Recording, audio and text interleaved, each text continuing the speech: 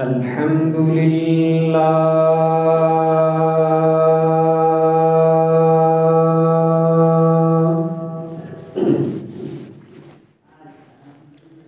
الحمد لله نحمده ونستعينه ونستغفره ونؤمن به ونتوكل عليه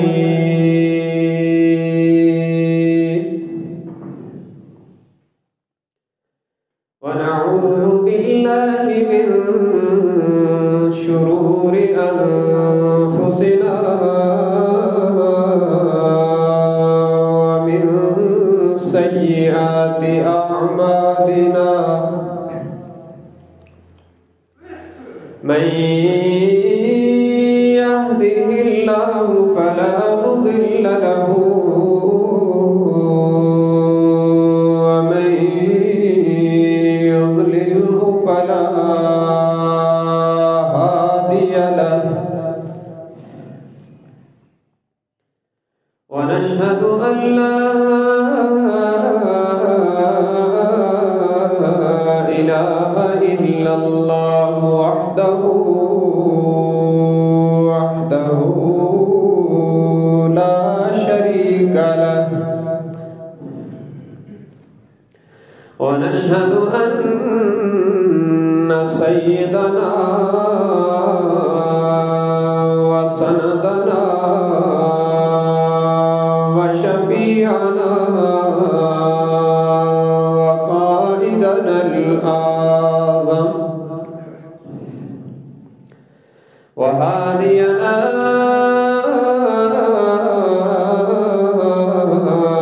ومرشدنا ومأوانا وملجانا ومولانا محمدا عبده ورسوله أرسله بالحق بشيرا ونذيرا وداعيا إلى الله بإذنه وسراجا منيرا وصلى الله تعالى عليه وعلى آله وأصحابه وبارك وسلم تسليما كثيرا أما بعد فأعوذ بالله من الشيطان الرجيم بسم الله الرحمن الرحيم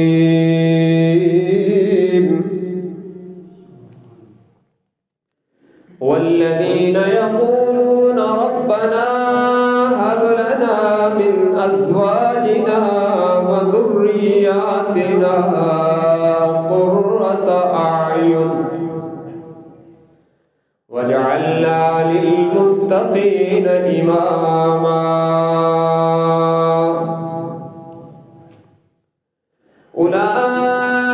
أولئك يجزون الغرفة بما صبروا ويلقون فيها تحية وسلاما وقال الله تبارك وتعالى في كلام المقدس على مقام آخر يا أيها الذين آمنوا قوا أنفسكم وأهليكم نارا وقودها الناس والحجارة عليها ملائكة غلاظ شداد لا يعصون الله ما أمرهم ويفعلون ما يؤمرون.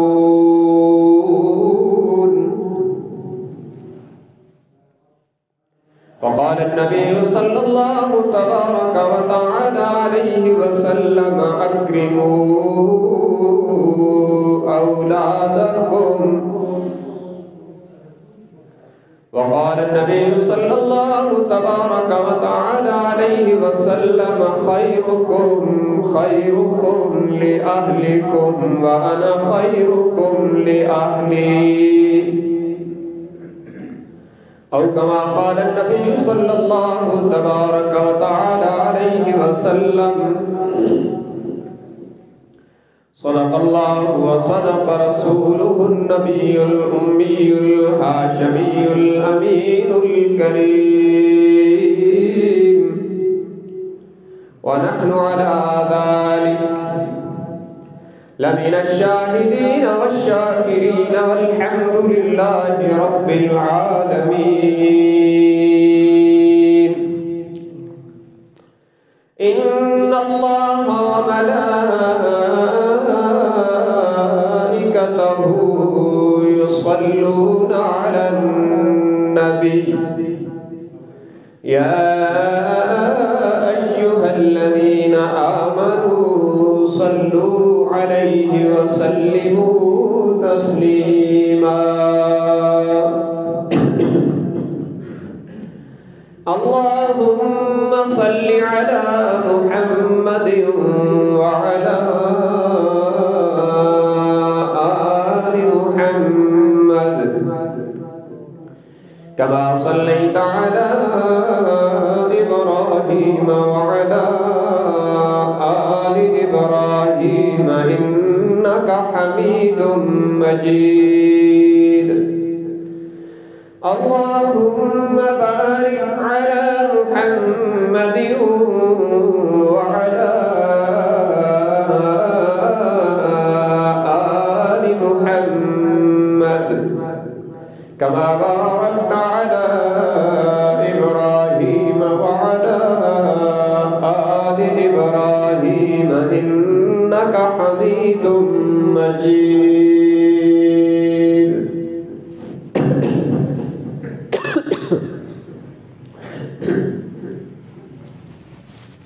حاضرین گرامی قدر،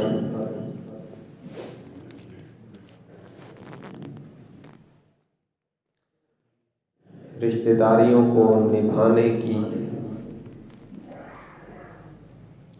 اہمیت پر گفتگو کرتے ہوئے آج یہ چوتھا خطبہ ہے۔ صلہ رحمی کی اہمیت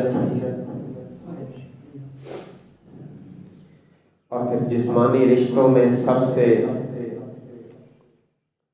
اہمیت کا حامل رشتہ والدین کا ہے، اور اللہ کی عظیم نعمتوں میں اولاد نعمت عظمی ہے، اور جسمانی رشتوں میں والدین کے بعد محبوب ترین رشتہ ہے۔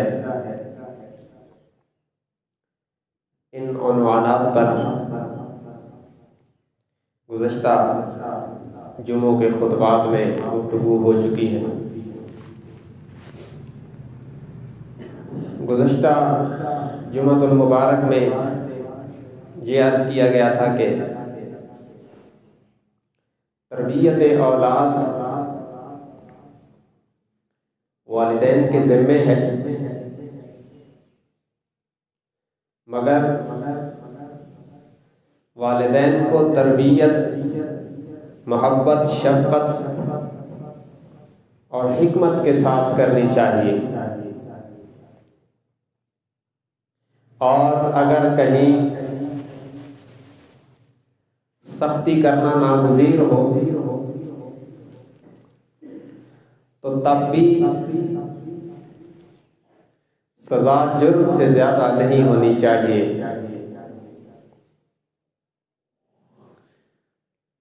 اور تربیت کے اندر والدین کے ذمہ ہے کہ وہ شرعی تقاضوں کو پورا کریں۔ احادیث مبارکہ میں جناب نبی مکرم صلی اللہ علیہ وآلہ وسلم نے مختلف چیزیں بتلائی ہیں جو والدین کے ذمے ہیں، اولاد کے حقوق ہیں۔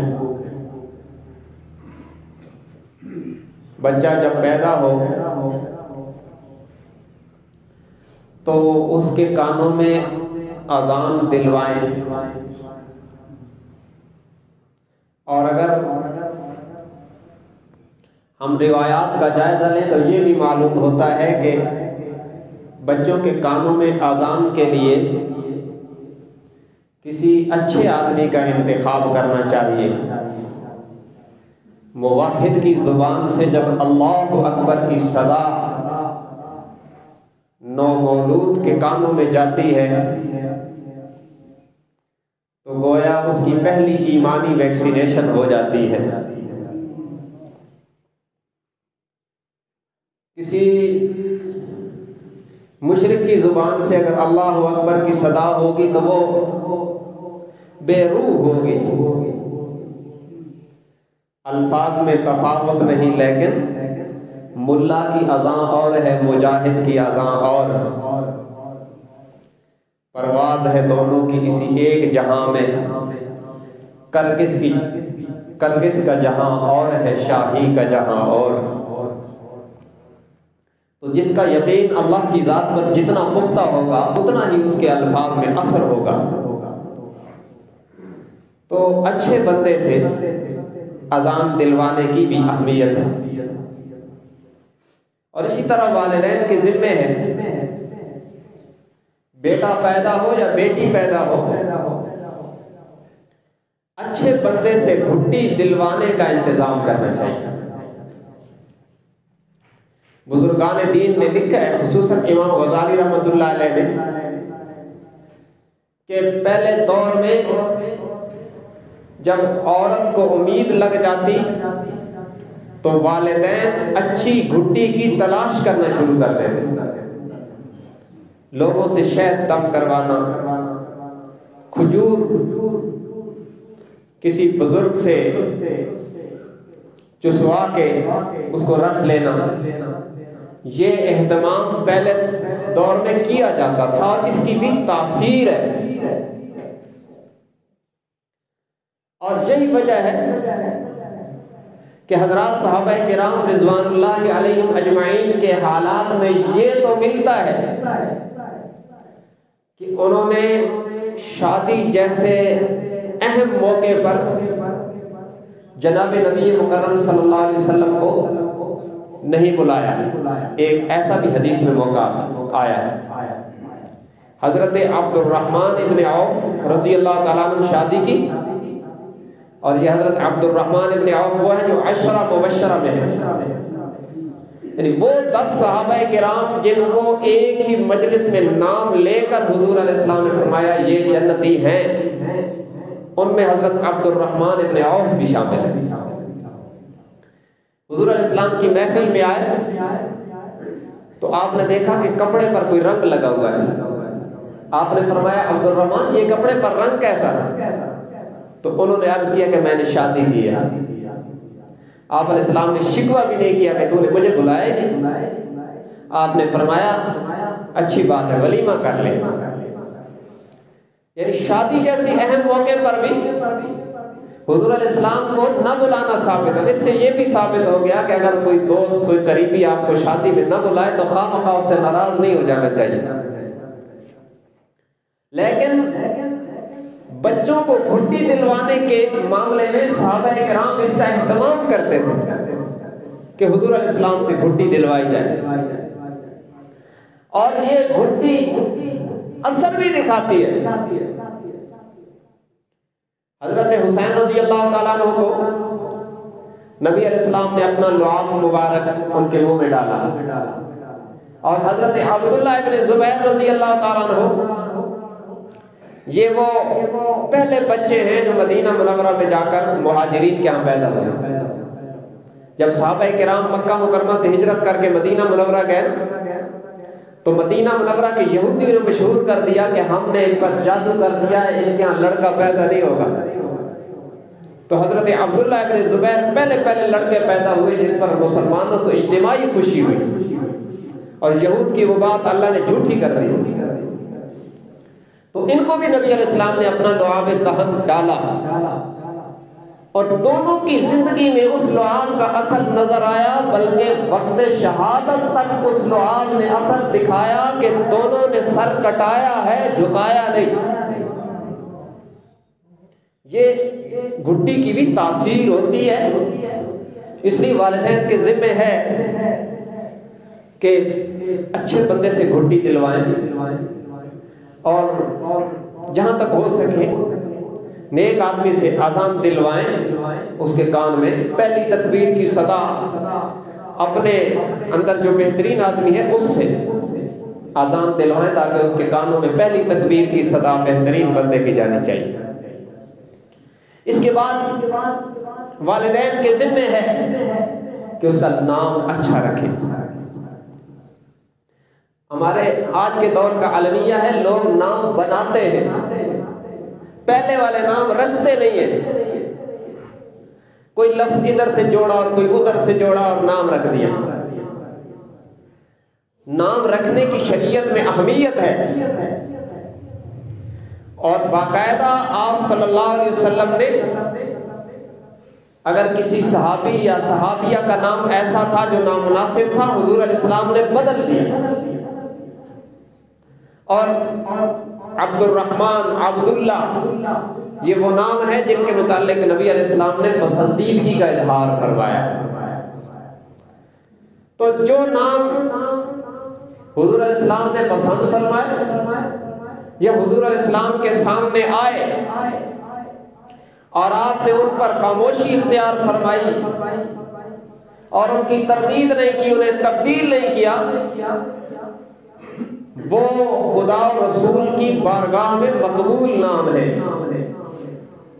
اور ان کی آج بھی کسی نہ کسی درجے میں تاثیر ظاہر ہوتی ہے۔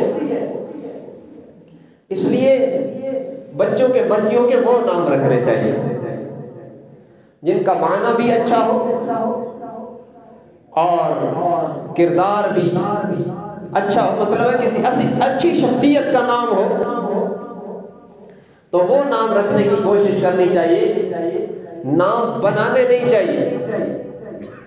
لوگ لڑکیوں کا نام رکھتے ہیں وریشا، قرآن کی ایک آیت کا آخری لفظ دوسری آیت کا ایک اور لفظ کھینچ کے جو ہے نا وہ پورا لفظ بنا دیا اور نام بنا دیا، اور اس طرح کے بہت ساری کوتاہیاں ہیں۔ کل مجھ سے ایک بندے نے پوچھا جی بیٹی پہلے اس کا نام رکھ دے ایریا، میں نے کہا اللہ کے بندے پہلے نام تھوڑے، یہ کوئی نام ہے؟ یہ تو بنایا ہوا نام ہے۔ تو والدین کے ذمہ ہے کہ نام اچھا رکھے جس کا معنی بھی اچھا ہو۔ دیکھیں حضرت حسن رضی اللہ تعالیٰ عنہ اور حضرت حسین رضی اللہ تعالیٰ عنہ دونوں کے نام حضرت علی نے رکھے اور حضور علیہ السلام نے تبدیل فرما دی۔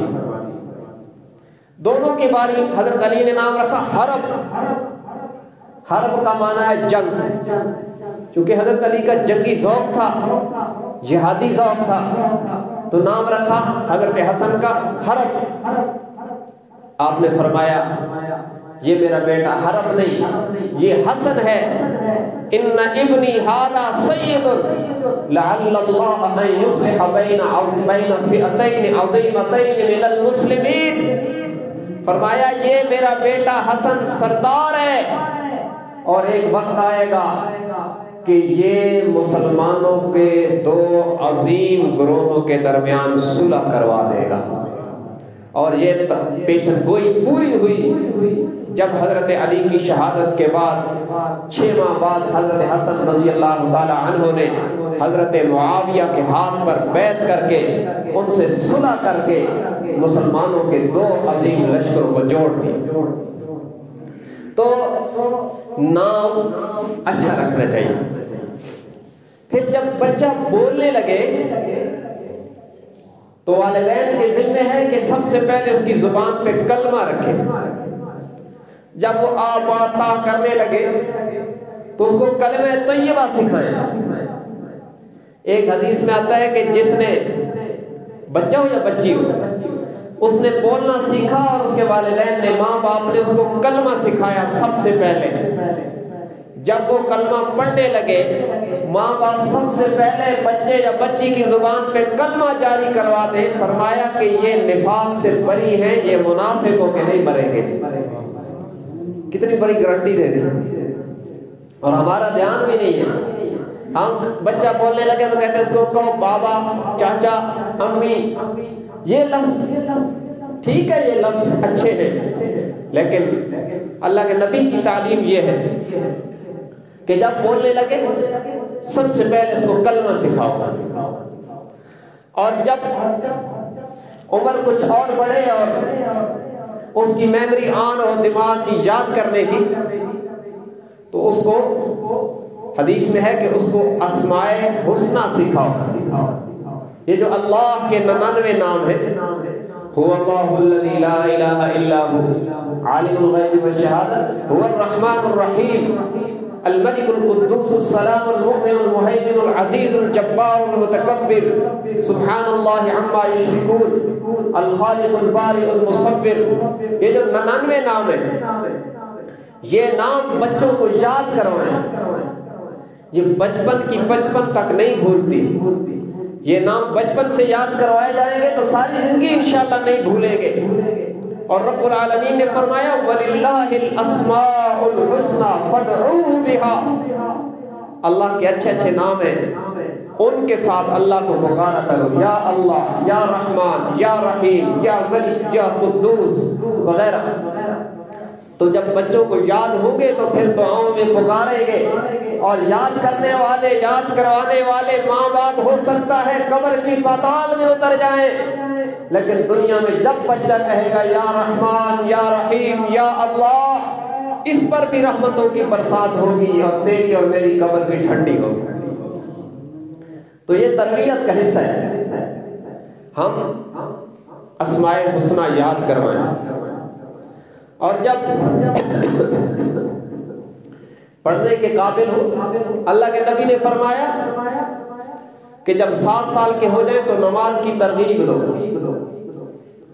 اور جب 10 سال کے ہو جائیں تو پھر انہیں نماز پڑھاؤ سختی کے ساتھ، مناسب طریقے اور حکمت کے ساتھ، سختی کے ساتھ انہیں نماز پڑھاؤ۔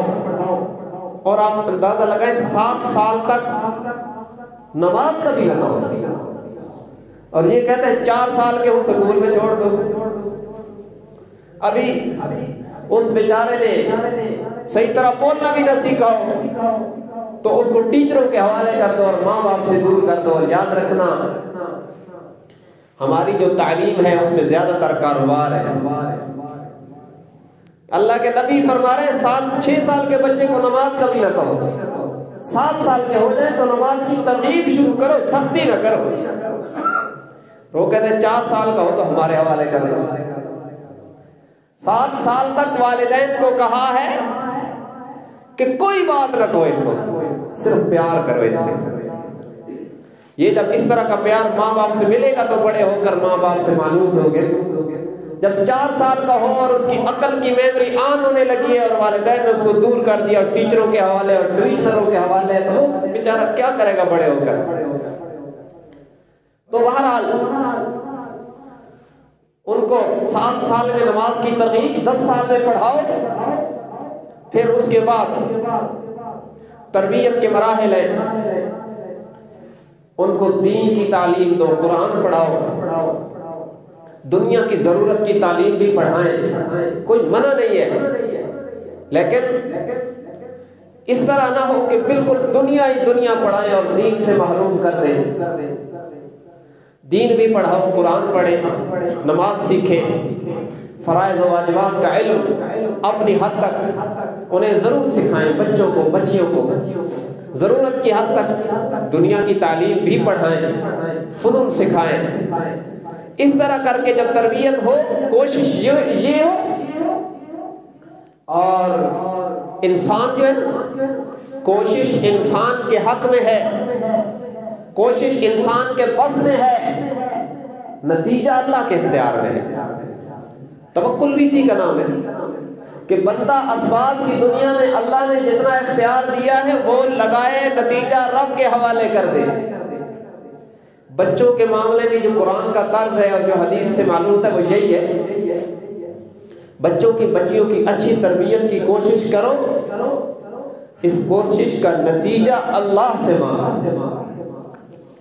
ایک قرآن کریم ہے، 19واں پارہ سورہ فرقان کا آخری رکوع ہے. اللہ تبارک و تعالیٰ نے اپنے نیک بندوں کی صفات بیان کی، اچھی خصلتیں بیان کی. اس میں مختلف چیزیں آئیں. جو آخری خصلت بیان کی، فرمایا والذین یقولون ربنا هب لنا من ازواجنا وذریاتنا قرۃ اعین واجعلنا للمتقین اماما. فرمایا یہ جو اللہ کے نیک بندے ہیں، وعباد الرحمن، یہ جو رحمان کے بندے ہیں، ان کی صفات اور خوبیاں ہیں.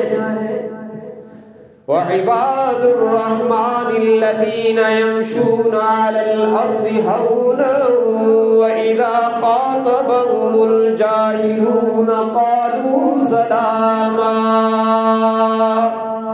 یہ زمین پر عاجزی سے چلتے ہیں. والذین یبیتون لربهم سجدا وقیاما، ان کی راتیں قیام و قعود اور رکوع اور سجدوں سے آباد رہتی ہیں. یہ صفات بیان کرتے ہوئے فرمایا یہ اپنی دعاؤں میں جہاں اللہ سے آخرت کی نجات مانگتے ہیں، والذین یقولون ربنا اصرف عنا عذاب جہنم ان عذابها کان غراما.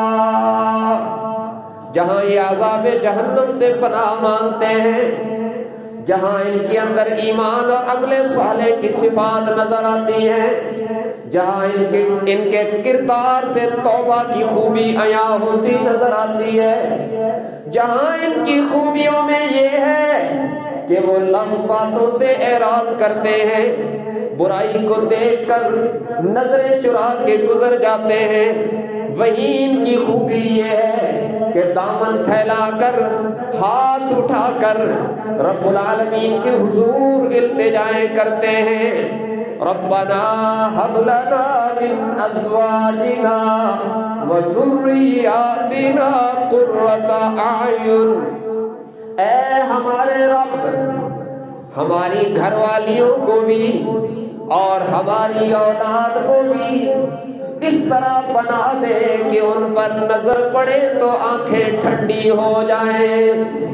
وَجَعَلْنَا لِلْمُتَّقِينَ إِمَامًا، اور ہمیں پرہیزگاروں میں اعلیٰ درجہ عطا فرما دے. اپنے لیے بھی اللہ سے تقوی اور پرہیزگاری مانگتے ہیں اور اپنی اولاد کے لیے بھی ایسی صفات مانگتے ہیں کہ یا اللہ ہمارے گھر والوں اور بچوں بچیوں کو ایسی صفات عطا فرما، عرش سے تو دیکھے تو تو بھی راضی ہو جائے اور فرش پر میں دیکھوں تو میرے دل کو بھی قرار آ جائے. اور ایسا تب ہوگا جب ہم محنت بھی کریں گے. منت اور محنت دونوں سے بات بنتی ہے نا. اسباب کی دنیا میں محنت کریں اور جب اسباب اختیار کر لیں تو پھر رب کی منت کریں کہ یا اللہ ہمارے بس میں جو تھا وہ تو ہم نے کر دیا، اب آپ کے اختیار میں ہے. اور عجیب عجیب بزرگوں کے حالات میں لکھا ہے. ہمارے ایک بزرگ تھے، فوت ہو گئے ہیں، اللہ پاک غنی کی رحمت کرے، مولانا محمد امین صفدر اکاڑوی رحمہ اللہ. ان کے بھائی ہیں مولانا مفتی انور اکاڑوی صاحب، ابھی بھی خیر المدارس میں ہیں. ان کے حالات میں لکھا ہے، حضرت اکاڑوی کے حالات میں، مولانا محمد امین صفدر اکاڑوی کے حالات میں لکھا ہے کہ ان کے والد بہت نیک آدمی تھے. اور یہ جو مولانا امین صاحب اور انور صاحب تھے، انور صاحب تو ابھی ہیں، امین صاحب فوت ہو گئے، یہ کھیل کود اور اس طرح کے مشغلے جیسے بچوں کے ہوتے ہیں، تو ان کے والدین، ان کے والد صاحب پریشان ہوتے تھے کہ یہ کھیلتے زیادہ ہیں، پڑھتے کم ہیں.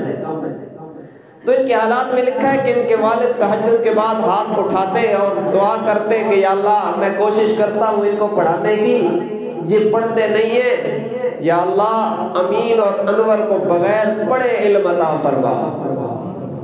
اور یہ مولانا محمد امین صفدر اکاڑوی باضابطہ عالم نہیں تھے، لیکن جب بولتے تھے تو یوں لگتا تھا کہ ان کی زبان سے پھول برس رہے ہیں، موتی برساتے تھے.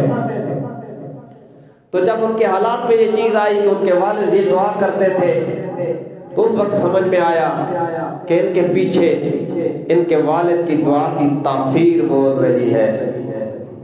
تو والدین کی دعائیں بچوں کو پرواز کرتی ہیں، بچوں کو پرواز کرواتی ہیں. تو تربیت کا حصہ ہے یہ کہ آپ ان کو اچھا نام رکھیں، اچھی گھٹی دلوائیں اور کلمہ طیبہ یاد کروائیں، اسماء حسنہ یاد کروائیں، قرآن پڑھائیں، اچھے لوگوں کی صحبت میں بھیجا کریں، مسجد میں بھیجیں، نماز میں لائیں. اور یہ بھی ایک المیہ ہے، ہمارے جیسے جو لوگ ہیں نماز پڑھنے والے بظاہر، اللہ حقیقت میں نمازی بنائے. بعض ہمارے نمازیوں کو الرجی ہوتی ہے، بچہ اگر مسجد میں نظر آ جائے تو ان کا ٹمپریچر بڑھ جاتا ہے، اور تو کہاں سے آ گیا، نکل باہر. بھائی جناب حسن و حسین کے لیے اللہ کے نبی نے سجدے لمبے کر دیے، اور بچپن کہاں گزرا ہے. کیا حدیث کی کتابوں میں یہ نہیں کہ حضور علیہ السلام منبر پہ خطبہ دے رہے تھے، حضرت حسین بچپن میں، چونکہ 6 سال کے تو تھے تو حضور کا انتقال ہو گیا، حضرت حسین مسجد میں داخل ہوئے، حضور علیہ السلام ممبر سے اترے، حضرت حسین کو اٹھایا، ممبر پہ ساتھ بٹھایا، پھر خطبہ ارشاد فرمایا. تو اب کوئی بچے کو دیکھ کر اس کا ٹمپریچر ہائی ہو جاتا ہے کہ یہ کہاں سے آ گیا. تو بھائی ایسا نہ کریں. ہاں بالکل کم سے بچوں کو بھی نہ لائیں جن کو پیمپر ڈالنا پڑے، لیکن جو 4-5 سال کے بچے ہیں ان کو سمجھا کر اور ان کو تقاضوں سے فارغ کروا کے ہمیں مسجدوں میں لانا چاہیے. وہ بچپن میں لوگوں کو نماز پڑھتا دیکھیں گے تو پڑھیں گے نا. ایک صاحب نے لکھا تھا کہ جب آپ فرضوں کا سلام پھیرو اور دیکھو کہ پچھلی صف میں کوئی بچہ نہیں ہے تو پھر یقین کرو کہ اگلی نسل مسجدوں سے دور ہوگی. تو اس لیے اس میں بھی غلب ہے. بعض جگہ مسجدوں کی انتظامیہ بعض جگہوں پر بہت سخت ہوتی ہے اور دین سے دور ہوتی ہے، اور وہ بچوں کو مسجد میں دیکھنا ہی نہیں چاہتے اور فوراً بھگا دیتے ہیں، اور یہ بہت نازیبا حرکت ہے. اس لیے بچے مسجد میں آئیں، ان سے پیار کیا کریں اور ان سے محبت کریں. اور اگر وہ غلطی کر دیں، کبھی کوئی بچہ آ گیا اور غلطی سے اس نے کوئی صف گندی کر دی اور میرے جیسے کسی مولوی نے اس کو 2 تھپڑ مار دیے تو آئندہ کبھی نہیں آئے گا. تو جہاں ہم دیگر کاموں کے لیے مسجد میں خادم رکھتے ہیں اور اس کو تنخواہیں دیتے ہیں تو اس سے یہ کام نہیں لیا جا سکتا کہ بچے نے مسجد کی یہ دری خراب کر دی، اس کو ذرا صاف کر دیں، کیونکہ اس بچے نے، یہ تو ہماری پنیری ہے، اسی نے بڑے ہو کر پہلی صف میں کھڑے ہو کر تکبیر کہنی ہے، اقامت کہنی ہے جب یہ بچپن سے عادی ہوگا. تو اس لیے یہ بھی تربیت کا حصہ ہے. اور اگر بچوں کا مسجد میں آنا ممنوع ہوتا تو اللہ کے نبی پابندی لگا دیتے. جبکہ حسن و حسین کا دیگر صحابہ کے بچوں کا مسجد میں آنا بھی حدیث سے ثابت ہے. اگر بچے کبھی مسجد میں نہ آتے تو بچوں کی صف کا طریقہ بھی شریعت میں نہ ہوتا. تو اس لیے اس معاملے میں حد سے زیادہ سختی نہ کی جائے. بچے ہی ہوتے ہیں، وہ غلطیاں بھی کرتے ہیں، اور وہ کبھی ایسا بھی ہوگا کہ 3-4 بچے آ جائیں اور جماعت کھڑی اور پچھلی صف میں شور مچا دے، تو ہمیں کنٹرول میں رہنا چاہیے، کیونکہ یہ تو ہیں گناہوں سے پاک. اگر ہم نے ان کو سختی کر کے مسجدوں سے دور کر دیا تو یہ مسجد میں آئیں گے ہی نہیں پھر، اور پھر بڑے ہو کر بھی وہ مسجدوں سے دور ہوں گے، بلکہ ہمارے کردار کی وجہ سے ہم سے بھی دور ہوں گے. تو اس لیے اس طرح کی ناروا سختی نہ کی جائے. پیار سے، محبت سے تربیت کر کے ان کو مسجدوں میں لائیں. والدین جو بچے ان کے ساتھ آتے ہیں ان کو پاک صاف کر کے اور ان کو بتلا کر سکھا کر مسجدوں میں لائیں. ایک دن غلطی کریں گے تو اگلے دن نہیں کریں گے انشاءاللہ، لیکن وہ مسجد کے عادی بن جائیں گے.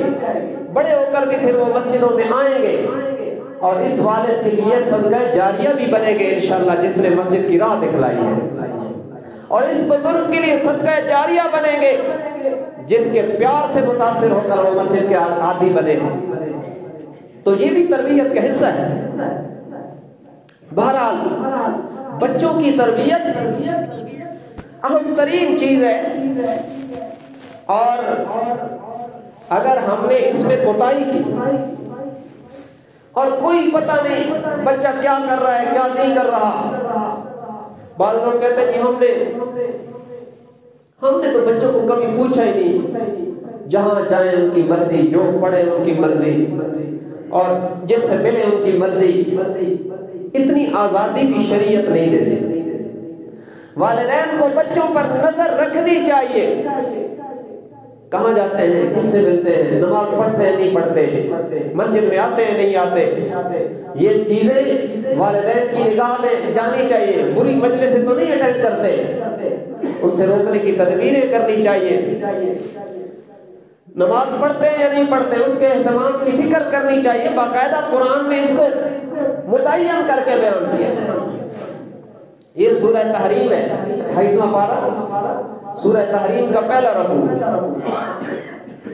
فرمایا یا ایھا الذین آمنوا قوا انفسکم واہلیکم نارا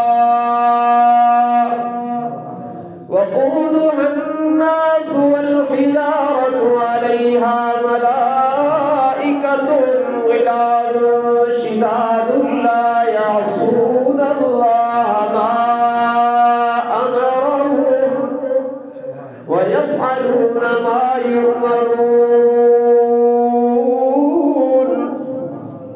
فرمایا ایمان والو، اپنے آپ کو بھی اور اپنے گھر والوں کو بھی جہنم کی آگ سے بچاؤ. کیا مطلب ہے؟ خود بھی دیندار بنو، خود بھی اللہ اور اللہ کے رسول صلی اللہ علیہ وسلم کی اطاعت کرو، ان کی مان کے چلو. اپنے گھر والوں کو بھی دیندار بنانے کی محنت کرو، خود بھی اللہ کی مان کے چلو، اور یہ تربیت اور انتظام کرو کہ گھر والے بیوی بچے بھی اللہ کی مان کے چلے، تاکہ تم خود بھی جہنم کی آگ سے بچ جاؤ، بچے گھر والے بھی جہنم کی آگ سے بچ جائیں. اس لیے کہ جب زندگی میں دین نہیں ہوگا تو اللہ کی رضا نہیں ملے گی، اللہ کی ناراضگی آئے گی، اور اس کے نتیجے میں عذاب جہنم میں مبتلا ہونا پڑے گا. اور جب زندگی میں دین آئے گا، زندگی میں عقیدے کی درستگی آئے گی، عمل کی لائن سیدھی ہوگی، دل کی دنیا میں ایمان کا چراغ جلے گا، اور عمل کی دنیا میں عبادات نظر آئیں گی، تو پھر دنیا اور آخرت میں اطمینان میسر آئے گا. رب العالمین نے فرمایا، حدیث قدسی اللہ کے نبی صلی اللہ علیہ وسلم نے اللہ کا فرمان نقل کیا، فرمایا تفرغ لعبادتی یا عبدی تفرغ لعبادتی، اے میرے بندے تو اپنے آپ کو میری عبادت کے لیے فارغ کر دینا۔ کیا مطلب؟ جس وقت میرا جو حکم ہے اسے اس وقت میرے نبی کے طریقے کے مطابق پورا کرنے کے لیے تو فارغ ہو جا۔ املا صدرک غنا واسد فقرک، فرمایا جب تو ایسا کر لے گا میں تجھ سے فقر اور تنگ دستی دور کر دوں گا اور تیرے دل کو غنا سے بھر دوں گا۔ یہ سمجھتے ہیں کہ جناب اس وقت اگر میں مسجد میں چلا گیا جمعے کی پہلی اذان کے بعد وہ جناب 2:15 بجے تک رہا، اس دوران تو اتنے گاہک آئیں گے نقصان ہو جائے گا۔ اللہ نے گارنٹی دے رکھی ہے پہلے سے کہ تیری ضروریات میں پوری کروں گا، اور اس کا صرف مفہوم یہاں تک نہیں، جب کوئی چیز بیچنے لگا تو شیطان نے کہا تھوڑی ڈنڈی مار دے ورنہ نقصان ہوگا۔ اللہ فرماتے ہیں میرا حکم پورا کرنا تیرا کام ہے، تیرا کام بنانا ہمارا کام ہے۔ تجھے نقصان نظر آتا ہے نا، لیکن ہم تو وہ ہیں جو وہ کرتے ہیں جو نظر نہیں آتا پھر بھی ہو جاتا ہے۔ تو اس لیے ہر معاملے میں جہاں اللہ کا جو حکم ہے، تبلیغ والے کہتے ہیں حال کے امر کو پہچان کر اس پر عمل کرنا، یہ عبادت کا مفہوم ہے۔ لوگ سمجھتے ہیں صرف نماز پڑھنا عبادت ہے، غیر محرم سامنے آئے تو نظریں جھکانا بھی عبادت ہے، ناپ توڑ میں ترازو سیدھا رکھنا بھی عبادت ہے، سنت کے مطابق چلنا بھی عبادت ہے، سنت کے مطابق سونا بھی عبادت ہے، اللہ کے نبی کے طریقے کے مطابق بیت الخلاء میں جانا اور آنا بھی اللہ کی رضا کا ذریعہ ہے۔ ہمارا دین تو ایسے ہے کہ ہم زندگی کے 24 گھنٹے عبادت کر سکتے ہیں اگر اللہ کی رضا اور اللہ کے محبوب کی اداؤں کو زندگی میں زندہ کر دیں۔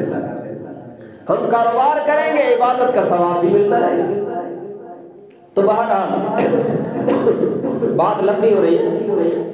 اللہ تبارک و تعالیٰ فرماتے ہیں خود بھی اور اپنے بچوں کو بھی جہنم کی آگ سے بچاؤ، اور وہ تب بچیں گے نا جب ان کی زندگی اللہ کی مرضی والی ہوگی، اللہ کی پسندیدہ زندگی ہوگی، تو پھر وہ جہنم کی آگ سے نجات پائیں گے، اور اس کا سوال بھی ہم سے ہوگا۔ قال النبی صلی اللہ علیہ وسلم الا کلکم راع وکلکم مسئول عن رعیتہ۔ اللہ کے نبی جناب محمد رسول اللہ صلی اللہ علیہ وسلم نے فرمایا کان کھول کے سن لو، تم میں سے ہر ایک نگہبان ہے اور ہر ایک سے اس کے ماتحتوں کے بارے میں سوال کیا جائے گا۔ پوچھا نہیں جائے گا کہ تیرے کپڑے استری نہ کرنے پر تو بیوی کو ڈانٹ سہنا پڑتی تھی، کبھی نماز نہ پڑھنے پر بھی تو نے پوچھا، اور بچہ سکول میں نہ جائے تو سزا پاتا تھا، اور کبھی نماز نہ پڑھے تو تو نے کبھی پوچھا تھا کہ بیٹا نماز نہیں پڑھی، خیر تو اتنا بڑا ظلم کر دیا۔ یہ سوال بھی مجھ سے اور آپ سے ہونا ہے، اس کا جواب بھی ہمیں دینا پڑے گا۔ 100 روپے کا کپ توڑ دے تو ہم ناراض ہوتے ہیں، اور نماز پڑھے نہ پڑھے تو باپ والد صاحب کہتے ہیں ہم نے تو کبھی نہیں پوچھا، اس کی مرضی ہے جو چاہے کرے۔ تو یہ بھی تو خطرناک معاملہ ہے، یہ تربیت کا حصہ ہے۔ جہاں ہم یہ کوشش کرتے ہیں بچوں کو اچھے اسکول میں داخل کروائیں، وہاں یہ بھی کوشش کیا کرو کہ بچے کو اچھے قاری صاحب سے قرآن پڑھائیں جو تعلیم بھی دے، تربیت بھی کرے، بچوں کو نمازی بھی بنائے۔ صحبت کا بھی اثر ہوتا ہے، یاد رکھنا، جو بندہ جس کے ساتھ رہتا ہے، جس کے پاس بیٹھتا ہے، جس سے ملتا جلتا ہے، نہ چاہتے ہوئے بھی اس کی عادات اپنانے لگتا ہے۔ یہ مسلمہ اصول ہے۔ یہ نہ ہوتا تو اللہ اس کا حکم نہ دیتے، یا ایھا الذین آمنوا اتقوا اللہ وکونوا مع الصادقین، ایمان والو اللہ سے ڈرو اور سچے لوگوں کے ساتھ رہو۔ کیوں؟ سچے لوگوں کے ساتھ رہو گے تو صداقت آئے گی، سچائی آئے گی، ذوق عبادت آئے گا، اللہ کا خوف آئے گا۔ تو اس لیے اچھے لوگوں کے ساتھ میل جول رکھنا، بچوں کو بھی اس کا عادی بنانا، ان کی مجلسوں میں لے جانا، یہ بھی تربیت کا حصہ ہے۔ جلسے میں والد صاحب خود جا رہے، مناسب ہو، ممکن ہو تو بچوں کو بھی لے جائیں، اور کبھی خواتین کا جلسہ ہو تو گھر والوں کو، بیٹیوں کو وہاں بھیجیں، اور مستورات کی جماعت آئے وہاں پر عورتوں کو بھیجیں۔ یہ تربیت کا حصہ ہے۔ اور اچھے لوگوں کو گھر بلایا کریں اور بچوں سے ملوایا کریں۔ شکل بھی تبلیغ ہوتی ہے۔ اکثر اگر آپ کے پاس ٹوپی پگڑی والے، داڑھی والے لوگ آئیں گے تو چھوٹے بچے جن کا شعور ابھی بیدار نہیں ہوا، وہ نہ چاہتے ہوئے بھی ایسی شکل سے مانوس ہو جائیں گے کہ اس طرح کے لوگ اچھے ہوتے ہیں۔ اور پھر آپ اگر ان کو اچھی مجلسوں میں لے جائیں گے تو پھر نہ چاہتے ہوئے بھی، غیر شعوری طور پر بھی یہ عادات منتقل ہو جاتی ہے۔ یہاں میرے سامنے بہت سارے طبقات کے لوگ بیٹھے ہیں اور سب کو اس کا تجربہ ہوگا۔ آپ گھر میں اگر ہر وقت تلاوت چلاتے ہیں، نعتیں چلواتے ہیں تو بچے غیر شعوری طور پر وہ پڑھیں گے، اور اگر آپ کے گھر میں ڈرامے چلتے ہیں اور گانے چلتے ہیں تو غیر شعوری طور پر وہ پڑھیں گے۔ یہ بیج جیسے ڈالا جاتا ہے ویسے ہی نکلتا ہے۔ تو اس لیے ابتدا سے تربیت ٹھیک کرنے کی ضرورت ہے۔ بچوں کے سامنے آپ ٹی وی دیکھیں گے، بڑے ہو کر وہ بھی دیکھیں گے، آپ جو وہاں دیکھ رہے ہیں، لوگ کہتے ہیں کہ یہ چھوٹا بچہ ہے، اس کو کیا پتہ ہے؟ نہیں، اس کی میموری میں فیڈ ہو رہا ہے۔ آپ کہتے ہیں اس کو پتہ نہیں ہے، چند سالوں کے بعد یہ وہی کرے گا جو آپ اس کو دکھا رہے ہیں۔ اگر اس کو ایکٹنگ دکھائیں گے، ڈرامے دکھائیں گے تو یہ وہی کرے گا اور گنگنائے گا وہی چیزیں، اور اس کو قرآن سنائیں گے، نعتیں سنائیں گے، مسجدوں میں لا کر نمازی دکھائیں گے، تو یہ کبھی آپ نماز پڑھ رہے ہوں گے اور وہ بھی آپ کے ساتھ اپنی اداؤں کے سجدے کر رہا ہوگا۔ تو آج کی گفتگو کا خلاصہ یہ ہے کہ اولاد کی تربیت والدین کے ذمے ہے، وہ کریں، اور تربیت کا پھل اگر ہم نے 100% دیکھنا ہے تو اللہ سے ان کے لیے دعائیں بھی مانگیں، اور دعاؤں کا نتیجہ 100% لینا ہے تو پھر رزق حلال کا اہتمام بھی کریں۔ جب رزق حرام ہوتا ہے نا تو ہماری دعاؤں کی تاثیر رک جاتی ہے۔ اللہ کے نبی نے فرمایا، میں تو نہیں کہہ رہا کہ ایک آدمی دور سے سفر کر کے آتا ہے، اس کے بال بکھرے ہوئے ہیں، کپڑے سفر کی وجہ سے خراب غبار آلود ہو گئے، اور بیت اللہ کے پاس آ کے کہتا ہے یا رب یا رب۔ فرمایا مطعمہ حرام ومشربہ حرام وملبسہ حرام فأنی یستجاب لہ، اس کا کھانا حرام، اس کا پینا حرام، اس کا پہنا ہوا لباس حرام کا، اس کی دعائیں کہاں سے قبول ہوگی؟ تو یہ رزق حرام دعاؤں کو غیر مؤثر بنا دیتا ہے۔ اس لیے ان کو حلال کھلاؤ۔ مجھے ایک بندے نے کہا کہ سود سے پلنے والی اولاد بے سود ہوتی ہے۔ جملہ بڑا معنی خیز ہے۔ میں نے کہا کیا مطلب؟ اس نے کہا ہمارے والد نے ہمیں سود کے پیسے سے پالا تو ہمیں فرما برداری کی توفیق نہیں ہوتی۔ تو یہ سود کے پیسے سے اگر ہم نے اولاد کو پالا اور حرام کے پیسوں سے پالا، مر کر قبر میں خود بھی عذاب میں مبتلا ہوں گے، اور بچے بھی آپ کے لیے ہو سکتا ہے کبھی سورہ اخلاص پڑھنے کی بھی ان کو توفیق نہ ہو۔ تو حلال کھلائیں، اچھی تربیت کریں۔ میرے بھائی، اولاد اللہ کی عظیم نعمت ہے، اس نعمت کو سمجھے، زبان سے بھی دل سے بھی اس کا شکر ادا کریں اللہ کی بارگاہ میں. اور شکر کی ادائیگی کا ایک طریقہ یہ بھی ہے کہ ان کی تربیت ٹھیک کریں. بہرحال حقوق و فرائض کا یہ عنوان جاری ہے. آئندہ جمعہ انشاءاللہ بیوی کے حقوق، بہن بھائیوں کے حقوق، اس پر بات کریں گے. آخر میں ایک دو اعلانات سماعت فرما لیں. کل انشاءاللہ یہ جو مسجد العیار ہے تبلیغی مرکز، یہاں پہ مغرب کی نماز کے بعد درس قرآن کی اختتامی تقریب ہے. مولانا صاحب، مولانا بلال صاحب جو ہے اس وقت ان کے امام اور خطیب، وہ درس قرآن مکمل ان کا ہو رہا ہے. اور کل اس کا آخری درس ہوگا. مولانا حبیب اللہ صاحب ٹانگ سے تشریف لا رہے ہیں، وہ قرآن کریم کا آخری درس ارشاد فرمائیں گے مغرب کے نماز کے بعد، اس میں شرکت فرمائیں. اور دوسرا اعلان یہ ہے کہ انشاءاللہ رکھی پہ، ہمارے ہاں رکھی موڑ پہ سال کی تبلیغی جماعتیں جو چل رہی ہیں پیدل، ان کا جوڑ ہو رہا ہے اتوار کو صبح 9 بجے.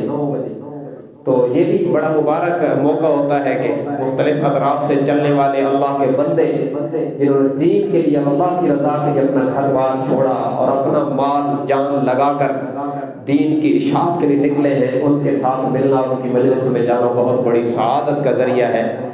تو اس جوڑ میں بھی ساتھی شرکت فرمائیں. اللہ تبارک و تعالی ہم سب کو دین حق کی صحیح سمجھ اور اس پر عمل کی توفیق عطا فرمائے. وآخر دعوانا الحمدللہ رب العالمین.